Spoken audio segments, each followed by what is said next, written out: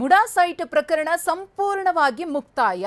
CM ಕಾನೂನು ಸಲಹೆಗಾರ exclusive ಆಗಿ ಮಾತನಾಡಿದ್ದಾರೆ. ಪೊನ್ನಣ್ಣ ಅವರು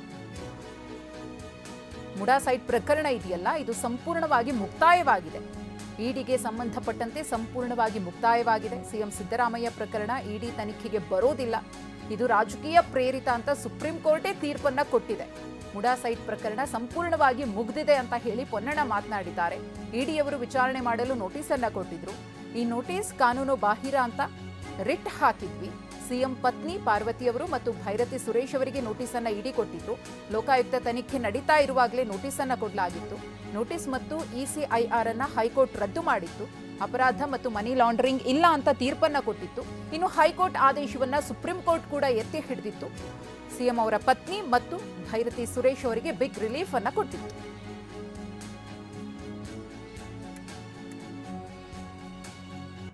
ಇನ್ನು ನಮ್ಮ ಪ್ರತಿನಿಧಿ ಪ್ರಮೋದ್ ಸಿಎಂ ಕಾನೂನು ಸಲಹೆಗಾರ ಪೊನ್ನಣ್ಣ ಅವರ ಜೊತೆಗೆ ಮಾತುಕತೆ ನಡೆಸಿದ್ದಾರೆ, ನೋಡೋಣ. ಇಡಿ ಕೇಸ್ ಏನಾಯಿತು? ಸಂಪೂರ್ಣವಾಗಿ ಮುಗಿದೋಯ್ತಾ ಅಥವಾ ಇನ್ವೆಸ್ಟಿಗೇಷನ್ಸ್ ಹಾಗೆ ನಡೆಯುತ್ತಾ?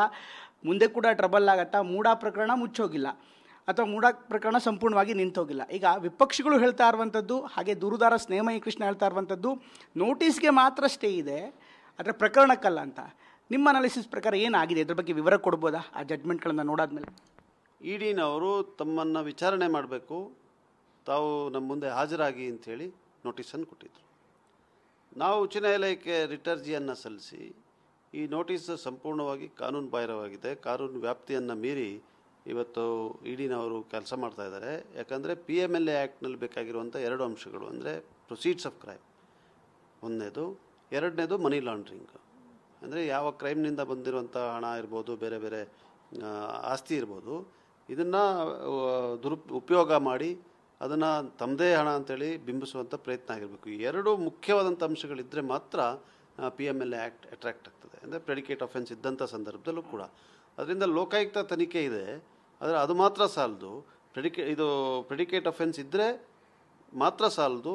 ಪ್ರೊಸೀಡ್ಸ್ ಆಫ್ ಕ್ರೈಮ್ ಮತ್ತು ಮನಿ ಲಾಂಡ್ರಿಂಗ್ ಎರಡೂ ಆಗಿರಬೇಕು ಅಂತೇಳಿ ನಾವು ಪ್ರಶ್ನೆ ಮಾಡಿ ನೋಟಿಸನ್ನು ರದ್ದು ಮಾಡಿ ಮತ್ತೆ ತನಿಖೆಗೆ ಪ್ರಾರಂಭಿಸಲಿಕ್ಕೆ ECIR ಅಂತೇಳಿ PMLA ಆ್ಯಕ್ಟ್ನಲ್ಲಿ ಇಡಿನವರು ರಿಜಿಸ್ಟರ್ ಮಾಡ್ಕೊಳ್ತಾರೆ. It is like FIR in criminal procedure code. PMLA ಆ್ಯಕ್ಟ್ನಲ್ಲಿ ECIR ಅಂತ ಆಗ್ತದೆ. FIR ಥರ ಅದು ಬಹಿರಂಗ ಆಗೋದಿಲ್ಲ, ಅದು ಗೌಪ್ಯವಾಗಿ ಇಟ್ಕೊಳ್ತಾರೆ.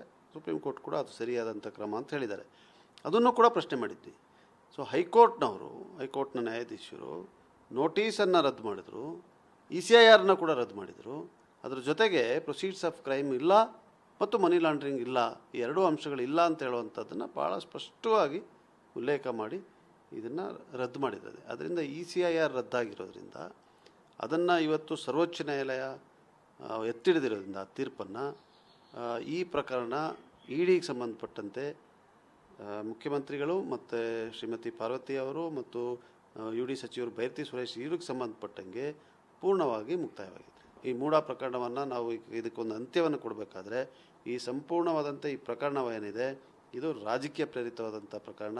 ಭಾರತೀಯ ಜನತಾ ಪಕ್ಷ ಮತ್ತು JDSನವರ ಒಂದು ಷಡ್ಯಂತ್ರ, ಮುಖ್ಯಮಂತ್ರಿಗಳನ್ನು ಅವರ ಕುರ್ಚಿಯನ್ನು ಅಲ್ಲಾಡಿಸುವಂಥ ಪ್ರಯತ್ನಕ್ಕೆ ಒಂದು ಷಡ್ಯಂತ್ರವನ್ನು ರಚಿಸಿ ಈ ರೀತಿಯಾಗಿ ಮಾಡಿದ್ರು. ಕಾನೂನಿನ ಪ್ರಕ್ರಿಯೆಯನ್ನು ದುರ್ಬಳಕೆಯನ್ನು ಮಾಡಿದ್ದಾರೆ ಅಂತ ಹೇಳುವಂಥದ್ದು ಕೂಡ ಎದ್ದು ಕಾಣ್ತಾ ಇದೆ. ಹಾಗೆ ಸಂಸ್ಥೆಗಳನ್ನು ಕೂಡ ದುರ್ಬಳಕೆಯನ್ನು ಮಾಡ್ಕೊಂಡಿದ್ದಾರೆ. ಇದನ್ನು ಇಲ್ಲಿಗೆ ನಿಲ್ಲಿಸಿ ಅಂತ ನಿನ್ನೆ ಕೂಡ ನಾನು ಮಾಧ್ಯಮದ ಮುಂದೆ ಒಂದು ಮನವಿಯನ್ನು ಮಾಡ್ಕೊಂಡಿದ್ದೆ. ದಯವಿಟ್ಟು ಇಲ್ಲಿಗೆ ನಿಲ್ಲಿಸಿ, ಸಾಕು, ನೀವು ಮಾಡಿದ್ದು ರಾಜಕೀಯ ಇವತ್ತು ಜಗಜ್ಜಾಹೀರಾತಾಗಿದೆ. ಇದಿಷ್ಟು ಪೊನ್ನಣ್ಣ ಅವರು ಹೇಳ್ತಾ ಇರುವಂಥ ಮಾತು. ಕ್ಯಾಮ್ರಾ ಪರ್ಸನ್ ಮಂಜುನಾಥ್ ಜೊತೆ ಪ್ರಮೋದ್, TV9 ಬೆಂಗಳೂರು.